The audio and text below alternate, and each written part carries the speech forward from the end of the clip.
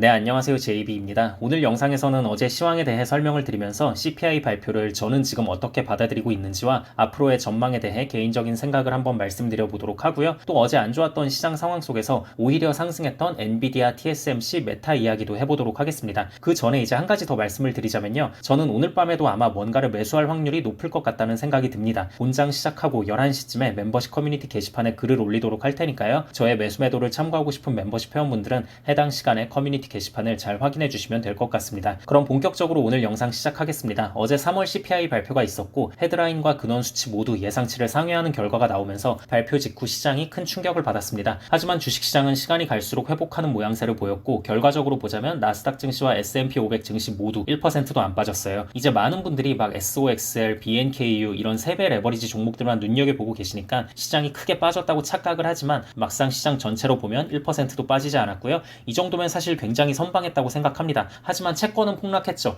이게 엎친 데 덮친 격이었던 게 하필이면 또 어제같이 분위기가 별로였던 날 10년물 국채 입찰이 있었고 모두의 우려대로 입찰 결과가 매우 안 좋게 나오며 채권의 하락폭을 키웠습니다. 그럼 이제 CPI에 대한 저의 생각을 한번 이야기해보겠습니다. 뭐 이런저런 말들이 많이 나오고 있어요. 특히 월가에서도 이때다 싶어서 증시에 안 좋은 영향을 끼치는 부정적인 기사들이 좀 나오고 있는데요. 근데 글쎄요. 저는 이번 CPI 때문에 완전히 쫄아서 주식 물량을 줄이는 건 좀 아니라고 생각을 합니다. 오히려 기회로 보고 있어요. 왜냐면 현재 시장의 강한 투자 심리를 고려해 봤을 때 정상 참작해줄 만한 부분이 분명히 존재한다고 생각해요. 이번 CPI에서 결국 문제가 됐던 게 주거비와 각종 서비스 관련 보험료였거든요. 특히 그 중에서도 의료비와 자동차 보험료가 너무 많이 상승을 했습니다. 주거비는 어차피 뭐 늘 문제였으니까 오히려 이번에 반등하지 않고 이전과 같은 0.4%라는 수치에서 더 추가적인 반등이 안 나온 걸 다행이라고 여기고 있고요. 오해하실까봐 참고로 말씀드리자면 주거비 월 상승률 0.4면 여전히 높긴 한 겁니다. 하지만 이제 주거비 상승률이 횡보하는 모습을 보인 건 다행이고 그 이상 튀진 않았기 때문에 최악의 경우는 피했다. 이렇게 보시면 될 것 같습니다. 자, 그럼 결국 의료비와 자동차 보험료가 문제라는 건데 이걸 과연 연준이 통화 정책을 통해 마음대로 할 수 있는 부분이냐? 그렇지 않습니다. 특히 의료비 인플레는 바이든 정부의 정책 방향성에 따라 결정되는 것이기 때문에 이건 연준이 어떻게 할 수 있는 게 아니에요. 그리고 통상적으로 연준은 본인들이 어떻게 할 수 없는 부분의 일에 대해선 쿨하게 인정하고 관대하게 넘어가는 경향이 있습니다. 그렇기 때문에 연준이 도저히 어찌할 수 없고 국제 정세에 따라 움직일 수밖에 없는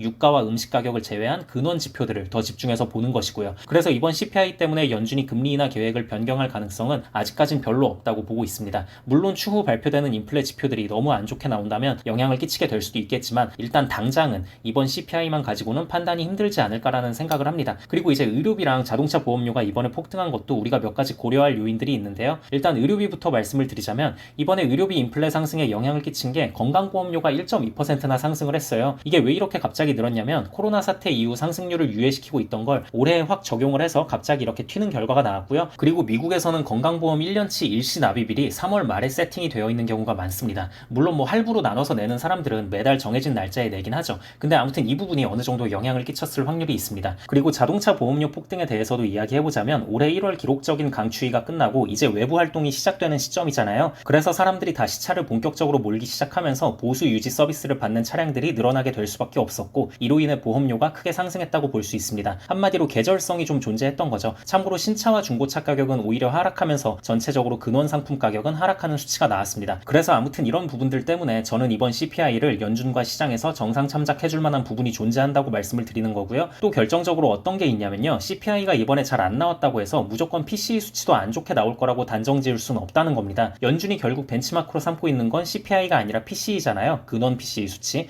그리고 아시는 분들은 다 아시겠지만 CPI랑 PCE랑 항목 가중치가 다릅니다. 대표적으로 주거비가 차지하는 비중이 PCE에서는 CPI에 비해 절반으로 떨어지기 때문에 이 부분을 좋게 볼 수 있는 여지가 있습니다. 그래서 이 부분에 대한 기대감으로 어제 시장이 큰 하락은 나오지 않았다고 생각합니다. 그래서 사실 오늘이 중요해요. 오늘 밤 9시 반에 PPI 수치가 나오면 대략적인 PCE 수치 유추가 가능해지니까요. 네, 그리고 이제 개별 기업 소식 몇 가지 전해드리겠습니다. 일단 메타 소식부터 전해드리자면요. 메타가 엔비디아 반도체 칩에 대한 의존도를 줄이기 위해 자체적으로 제작한 인공지능 칩인 아르테미스를 공개했습니다. 그 전날 구글이 자체 칩을 공개한 데 이어서 메타도 자체 칩을 공개한 건데요. 메타의 이런 발표가 엔비디아 주가에 악영향을 끼칠 뻔했어요. 근데 다행히 엔비디아는 상승을 했는데요. 그 이유는 다른 게 아니라 뱅크 오브 아메리카에서 AI 칩 경쟁은 필연적으로 앞으로 더 치열해지겠지만 그럼에도 불구하고 엔비디아의 시장 지배력에는 문제가 없다는 주장을 냈고요. 또 TSMC의 1분기 매출이 발표가 됐는데 전년 동기 대비 16.5%가 증가했다는 소식에 엔비디아 역시 좋은 분위기를 받을 수 있었습니다. 네, 그럼 어제 시황은 이 정도 알고 계시면 될 것 같고요. 저는 아까 영상 초반에 말씀을 드렸지만 오늘 밤에도 뭔가에 매수를 들어갈 것 같으니까요. 저의 매수 매도를 참고하고 싶은 멤버십 멤버십 회원분들은 11시에 실시간 멤버십 커뮤니티 게시판을 잘 확인해 주시면 좋을 것 같습니다. 감사합니다.